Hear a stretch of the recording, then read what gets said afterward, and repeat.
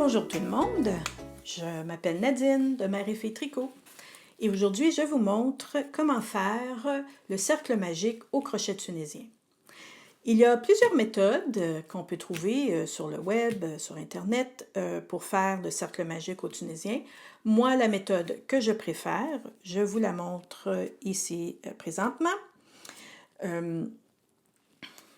On va utiliser principalement un cercle magique, même au crochet régulier, quand on veut travailler en rond, n'est-ce pas? Si on fait une tuque et on commence du haut de la tête pour aller vers le bas, ou quand on fait des amigurumi, par exemple. Au crochet tunisien, le principe est similaire, mais évidemment, pour travailler en rond au crochet tunisien, nous devons utiliser un crochet à double tête, comme ça, comme vous voyez. Alors, si vous n'êtes pas familier ou familière avec le crochet tunisien en général, vous pouvez aller consulter mes vidéos sur les bases du crochet tunisien, ainsi que mon vidéo sur les bases du crochet tunisien en rond.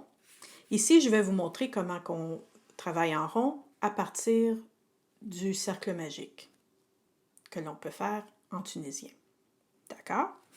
Alors ici, j'ai mon crochet à double tête, comme vous voyez. J'ai de la laine bien ordinaire pour vous montrer ici. Bon, le principe pour commencer le cercle magique est le même que pour tout cercle magique. On prend notre fil ici, on laisse ça assez lousse, on fait le tour. Et on fait notre maille en l'air autour du fil ici pour un peu fermer le cercle. N'est-ce pas? Bon. Dans le crochet régulier, on vous demande la plupart du temps de faire des mailles serrées ou un autre type de maille autour du cercle ici présent. Mais au crochet tunisien, ce que moi je fais, ce que j'aime faire, c'est en fait des mailles en l'air autour du cercle ici. Alors, comme j'ai déjà dit, les boucles sur le crochet comptent toujours comme maille au crochet tunisien. Alors, celle-ci compte. Je vais faire en tout 12 mailles en l'air autour de mon cercle, juste pour avoir un chiffre assez rond. En fait, ici, si on travaille à plat, parce que j'ai aussi des patrons où est-ce que je commence un châle, comme exemple, et je travaille de haut vers le bas. Et dépendant des nombres de mailles, moi, je commence avec un cercle magique. Alors, ça serait comme ça que je commencerais, même à plat. OK? Et à plat, qu'est-ce qui arriverait? C'est que ça représente ici... En fait, reculons un petit peu. Au crochet tunisien, le premier rang, ou le premier tour, on l'appelle le rang de fondation ou le tour de fondation parce que ça commence de la même façon toujours. Alors, dans mon cercle magique, ça ici, ça représente le rang de fondation si je travaille à plat. Et ça serait l'équivalent de la passe aller. OK? Alors, je procéderai à la passe de retour en faisant un jeté, rabattre une boucle, faisant un jeté, deux boucles, ainsi de suite. OK? Et comme j'ai dit, si je travaillais à plat, bien maintenant, je procéderais au prochain rang, etc. Okay. Mais si on travaille en rond, ici, je vais remettre mes boucles sur mon crochet. Je ne veux pas les perdre. Je vais retrouver. Je vais vous montrer comment est-ce qu'on procède. Alors, pour l'exemple, je vais faire, comme j'ai dit, 12 mailles en l'air autour du cercle. Là, j'ai perdu le compte. Je suis rendue à combien? 2, 4, 6, 8, 10. Il m'en reste 12. Il m'en reste 2. Voilà. Bon, j'ai 12. OK? Bon. Quand nous travaillons en rond au crochet tunisien avec un crochet comme ça, on fait la passe aller avec un bout du crochet. Et quand on veut procéder à la passe de retour, nous tournons l'ouvrage. Nous glissons ici le travail, l'ouvrage de l'autre côté. Et nous procédons à la passe de retour, mais avec l'autre côté et un autre fil. Alors ici, juste pour l'exemple, je vais vous montrer avec une autre couleur. Alors on fait notre nœud coulant et on commence la passe de retour, comme d'habitude. D'accord? Jeter, rabattre une boucle, jeter, rabattre deux boucles. Voyons. Voilà. Et ainsi de suite. Moi, ma préférence, puisqu'on doit faire les passes aller et retour en plusieurs étapes, j'aime garder 3 boucles sur le crochet pour m'assurer d'une bonne tension. Alors ici, j'ai 3 boucles qui me restent. Je n'ai pas tout à fait fini mon premier tour. Maintenant, j'appelle ça un tour parce que je vais travailler en rond. Je veux joindre les deux extrémités. D'accord? Alors, je ne le ferme pas tout de suite.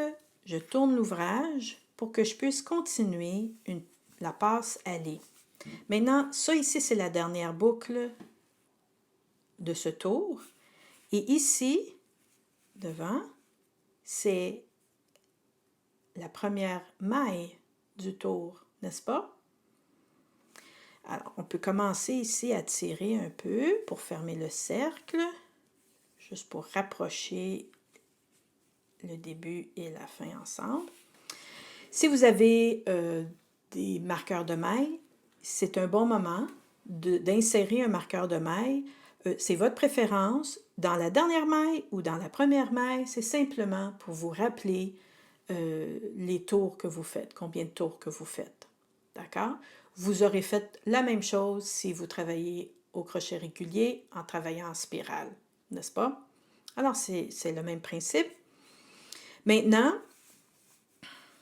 ici, cette première maille, évidemment, représente le prochain tour. Moi, je veux joindre pour fermer le cercle. Alors, dépendant de ce que le patron demande, je procède au prochain tour. Ici, on va faire comme exemple le point tunisien simple. Alors, si le patron me demandait que le prochain tour soit des points tunisiens simples, je commencerai tout de suite avec un point tunisien simple, comme ça pour commencer ma passe aller. Comme ça. Et un petit rappel aussi, la raison pourquoi on utilise un crochet comme ça, c'est parce qu'on ne peut pas avoir toutes les boucles sur le crochet en même temps quand on travaille en rond. C'est physiquement impossible. Je ne suis pas capable d'aller chercher ces boucles ici ou les mailles ici en même temps. Alors, on doit constamment tourner l'ouvrage entre la passe aller, la passe de retour, passe aller, passe de retour. Et c'est pour ça que je dis conservez 3 boucles sur votre crochet quand vous faites ce changement pour vous assurer de la bonne tension. Alors là, comme exemple, je ne vais pas aller plus loin, là. Je tournerai mon ouvrage pour continuer ma passe de retour avec l'autre fil. Comme vous voyez, là, il me reste 3 boucles. Bon, évidemment, quand vous travaillez en rond, on commence à augmenter, on change les mailles, on change des mailles de fantaisie, on suit le patron. Hein? Et éventuellement, vous pouvez tirer sur le fil du milieu, comme ça, pour fermer votre cercle. N'est-ce pas? Et vous allez finir avec un cercle comme ça. Alors ça sera